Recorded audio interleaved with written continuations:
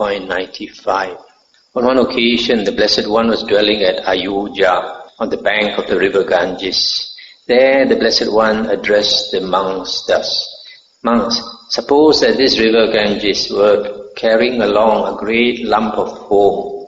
A man with good sight would inspect it, ponder it, and carefully investigate it, and it would appear to him to be void, hollow, insubstantial. For what substance could there be in a lump of foam? So too, monks, whatever kind of body there is, whether past, future, or present, internal or external, gross or subtle, inferior or superior, far or near, a monk inspects it, ponders it, and carefully investigates it, and it would appear to him to be void, hollow, insubstantial. For what substance could there be in body?" Stop here for a moment. So here the Buddha is giving a simile for our body. You must remember the Buddha spoke this sutta about 2,500 years ago when science was not advanced. Yet the Buddha, because of his psychic power, he could see that our body is made up of what? Cells, sipao cells. And these cells are born and die. Very quickly they pass away. So they're very similar to this lump of foam. When you put fat into water, you stir it, you get a lot of foam. But when you look carefully, these bubbles in the foam, they burst and new ones are formed and old ones will burst. They keep bursting and new ones will form. So in the same way, our body, the cells, there are trillions of cells in our body, and they are dying and being born, dying and being born. As we eat food, as we take nutriment, then it makes new cells, and the old cells will die. And then we keep eating and we sustain our body. That's why the Buddha says that the body is sustained by food. Without food, the body will die. The old cells will die and no new cells are created. So we have to keep on taking food. And the interesting thing is the Buddha says all beings subsist on food. Not only human beings. Devas also have to eat. Ghosts also have to eat. Animals have to eat. Hell beings also have to eat. All beings have to eat to sustain the body. And all beings have a body. It's just that there are certain, like spirits, we cannot see. But the fact that we cannot see doesn't mean that they don't have a body. They have a body. It's only that their body is fine, so we cannot see with the human eyes. So this simile is a very good simile for the body. The body is just like a foam.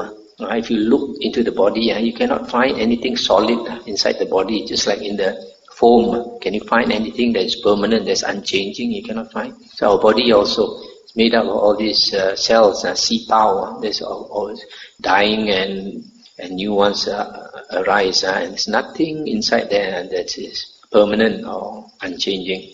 Suppose, monks, that in the autumn, when it is raining and big raindrops are falling, a water bubble arises and bursts on the surface of the water. A man with good sight would inspect it, ponder it, and carefully investigate it, and it would appear to him to be void, hollow, insubstantial. For what substance could there be in a water bubble? So too, monks, whatever kind of feeling there is, whether past, future or present, internal or external, gross or subtle, inferior or superior, far or near, a monk inspects it, ponders it, and carefully investigates it, and it would appear to him to be void, hollow, insubstantial. For what substance could there be in feeling? I'll stop here for a moment. This is another classic example. The Buddha says feeling is just like the water bubble that arises on the surface of a pond or a lake when the raindrops fall on it. Why this example is so good is because when the raindrops fall on the water and the bubble forms, it is very similar to what happens at our six senses.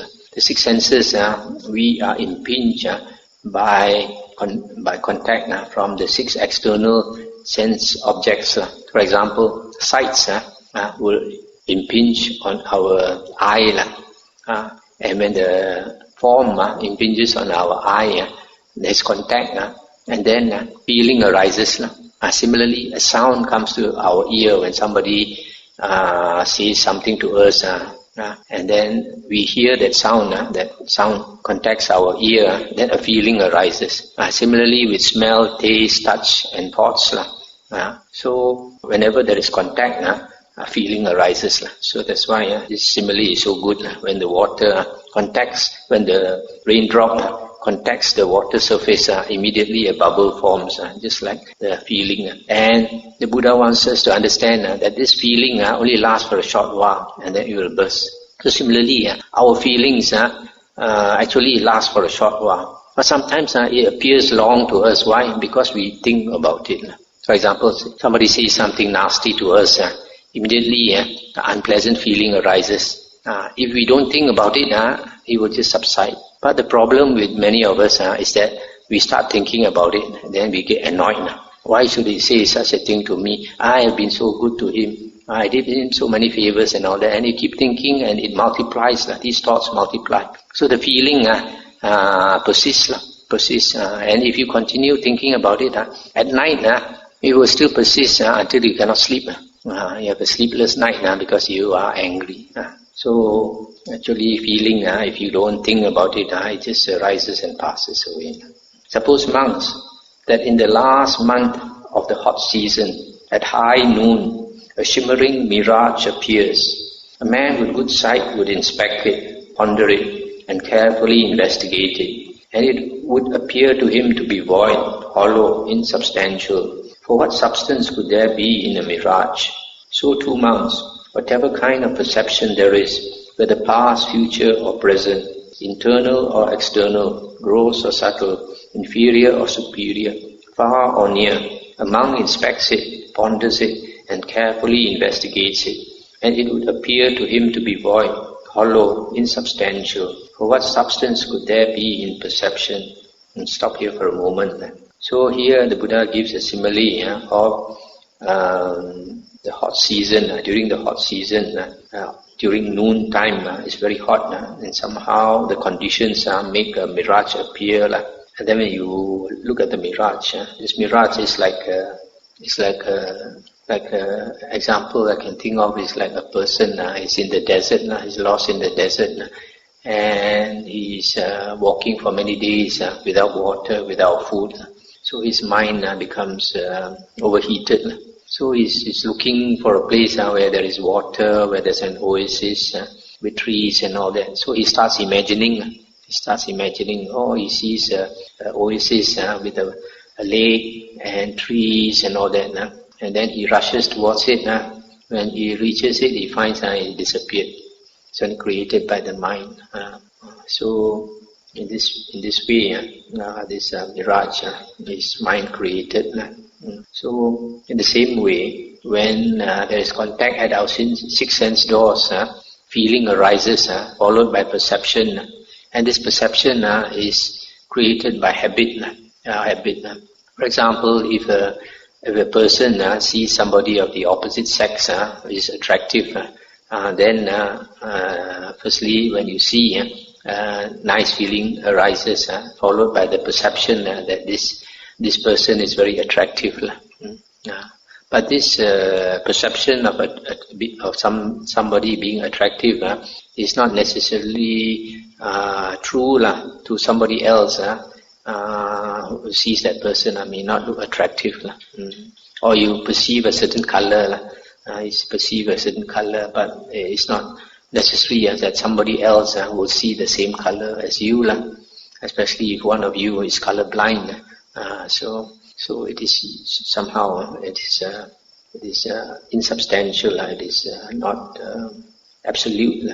Suppose monks, that a man needing hardwood, seeking hardwood, wandering in search of hardwood, would take a sharp axe and enter a forest. There he would see the trunk of a large plantain tree, straight, fresh, without a fruit bud core. He would cut it down at the root, cut off the crown, and unroll the coil. As he unrolls the coil, he would not find even softwood, let alone hardwood. A man with good sight would inspect it, ponder it, and carefully investigate it. and it would appear to him to be void, hollow, insubstantial. For what substance could there be in the trunk of a plantain tree? So too monks, whatever kind of volition there are, whether past, future or present, internal or external, gross or subtle, inferior or superior, far or near, a monk inspects it, ponders it and carefully investigates it. As he investigates it or them, it appears to him to be void, hollow, insubstantial. For what substance could there be in volition? Stop it for a moment. So here the Buddha is giving the simile of a banana tree. Plantain plant here is a banana tree with volition. When we exercise volition, we make a decision to do this or not to do that. And you have the feeling, I want this. I don't want this. You think there is an I inside that makes the decision, but actually there is no I. It's just like a robot. If you make a robot, you have a good computer inside so that it automatically responds to certain situations. And if somebody doesn't understand, he thinks there's a being inside that robot. So we are quite a perfect robot. Our computer works automatically. So the Buddha gives this simile of this banana tree. If any one of you is a kampong boy like me, you know when you chop down a banana tree, usually after you harvest the fruit, we chop down the banana tree, right? So when you chop down the banana tree, you have banana trees here. You find, if you don't understand, this man is looking for hardwood. And he sees this banana tree, he doesn't understand, he's looking for hardwood in the banana tree. So he starts peeling the layers of the banana tree because the banana tree is quite peculiar, it's got layers. So when he peels the banana tree right to the center, he doesn't find any wood at all. There's no wood, don't talk about hardwood. So in the same way the Buddha says, when we examine either our body or our mind, when we make a decision, we think I make a decision. When we start investigating whether the mind or the body, there is nothing inside us that is permanent, that is unchanging, that you can call that I. So the Buddha says in the same way, just like inside the banana tree there's no hardwood. So in the same way, there's no person inside, no something solid you can call a self that makes a decision.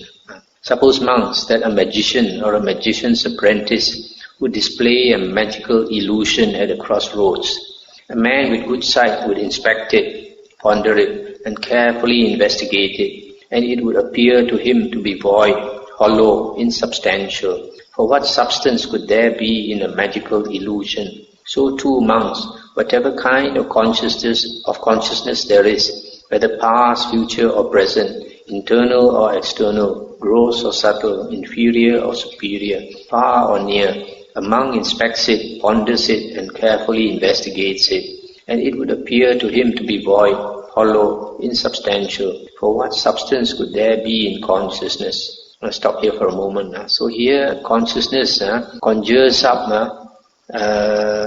dream. Every time we see ourselves, one lifetime after another lifetime, like a tai a show, just like our dreams. Every time we dream, we see ourselves in that dream. Only when we wake up, then we realize that it was only a dream. So in the same way, consciousness conjures up these dreams of us, lifetime after lifetime after lifetime. So the Buddha gives the simile of a magician. He creates an illusion, and if you don't understand, if you don't know he's a magician, you think it's real. The only thing it takes some time to realize that it's just an illusion. So the Buddha says life is also an illusion, just like a dream, one lifetime after another. It's only that when we are inside the dream, we don't realize. So now we are in the dream of life, we don't realize that it's actually just a play of consciousness, what the Hindus call Maya, illusion. Seeing thus monks, the learned noble disciple experiences revulsion towards body, revulsion towards feeling, revulsion towards perception, revulsion towards volition, revulsion towards consciousness. Experiencing revulsion, he becomes dispassionate. Through dispassion, his mind is liberated. When it is liberated, there comes the knowledge, it's liberated. He understands, destroyed his birth. The holy life has been lived. What had to be done has been done. There is no more for the state of being. This is what the Blessed One said. Having said this, the Fortunate One, the teacher, further said, form is like a lump of foam, feeling like a water bubble. Perception is like a mirage. Volition is like a banana tree, and consciousness like an illusion. So explain the kinsman of the sun. Kinsman of the sun is a Angirasa. However one may ponder it and carefully investigate it, it appears but hollow and void. When one views it carefully, with reference to this body, the one of broad wisdom has taught that with the abandoning of three things, one sees this body discarded. When vitality, heat and consciousness departs from this physical body, then it lies there cast away, food for others, without volition. Such is this continuum, this illusion, beguiler of fools. It is taught to be a murderer. Here no substance can be found. A monk with energy aroused should look upon the aggregates thus, whether by day or at night, comprehending, ever mindful. He should discard all the fetters and make a refuge for himself. Let him fare as with head ablaze, yearning for the imperishable state. That's the end. So here the Buddha says, when the body is discarded, three things leave the body. Vitality, it's vital energy, heat, body heat, and consciousness. So sometimes the doctor says a person has died. He has not died as long as the body is warm. When a person really dies, then the body becomes cold. So here the Buddha says that life is an illusion. Fools are tricked. And these five aggregates are like a murderer. So the problem is with most people, our minds are muddled up. Our minds are not focused, blur as they say.